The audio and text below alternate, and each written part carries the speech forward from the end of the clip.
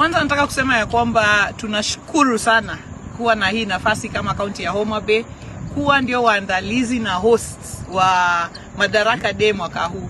Hii ni jambo muhimu sana kwetu kwa sababu miaka 60 hii sherehe haijawahi kuja hapa Homa Bay. Watoto wa Homa Bay kwa mara ya kwanza watapata nafasi ya kuona zile ndege na sherehe za Madaraka. Mambo ya landing sites, na mwaka huu tunaongea juu ya uchumi samawati, blue economy, na mambo ya maritime. Na Homa Bay ndio home of maritime and home of blue economy katika Kenya. Na vile tulikuja hapa na rais, hapa tunaposimama sasa, mwaka wa 2023 January, hapa hakukuwa na ipia. Kulikuwa na pia ambayo ilikuwa imebomoka na ilikuwa kwa miaka 50 hakuna mtu ameiangalia. Na vile alisema hii pia itajengwa na Kenya Ports Authority pamoja na Kenya Shipyard, watu walifikiria labda ni utani.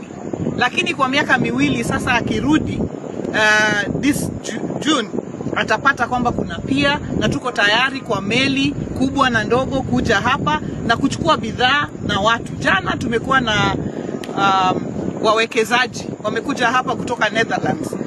Wakiona hii wamesema wanataka kuleta hapa cruise ship ambayo itakuwa inatoka hapa na tourists zikiwatoa Masai Mara ikijia hapa waende mpaka Mwanza, waende mpaka Serengeti.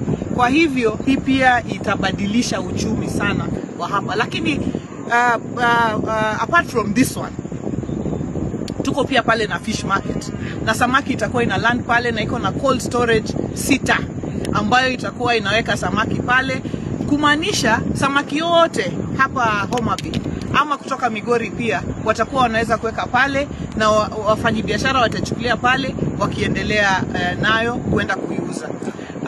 Tuko na fish landing sites zingine 3.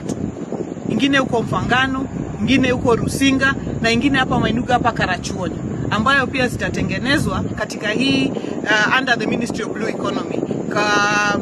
Ikue mahali fishermen wanaweza peleka samaki na waitoe kutoka hapa.